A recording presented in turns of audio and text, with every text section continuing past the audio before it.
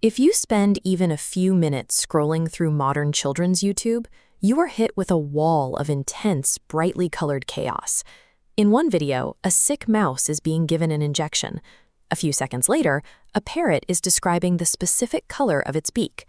It is easy for an adult to look at this barrage of fast-paced repetition and assume it's just noise, a series of fever dream visuals designed to keep a toddler distracted while the parents are busy.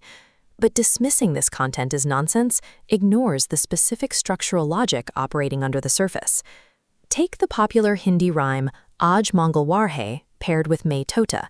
This rhyme uses a sequence of animal behaviors that mirrors the way a developing mind learns to sort information. By deconstructing the text of this song, we can see exactly how it builds a child's understanding of reality, step by step, using two very different methods of organization. These rhymes function as a framework, providing the tools a child needs to assemble their first coherent model of how the world is organized. The first half of the transcript follows a mouse suffering from a sudden fever. This section functions as a chronological engine. It uses a tangible problem, getting sick, to build the abstract concept of the days of the week.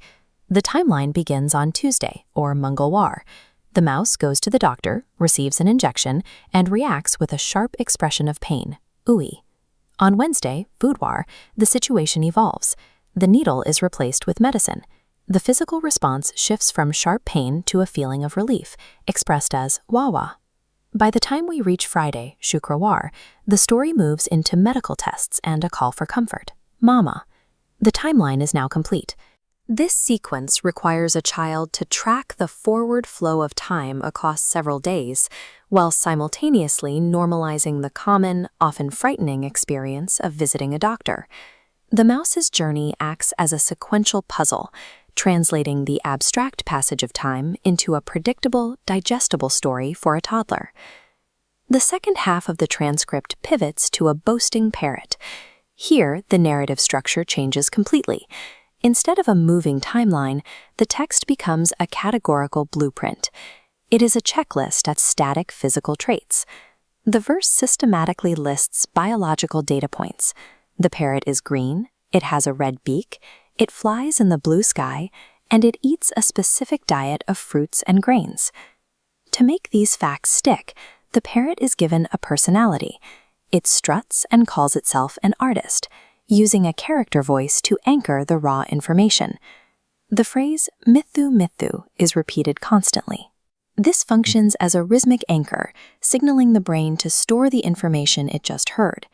This character effectively packages a set of biological observations inside a song, using repetition to ensure the data is retained. When we look at the entire transcript together, we see a complete system for teaching two different types of logic.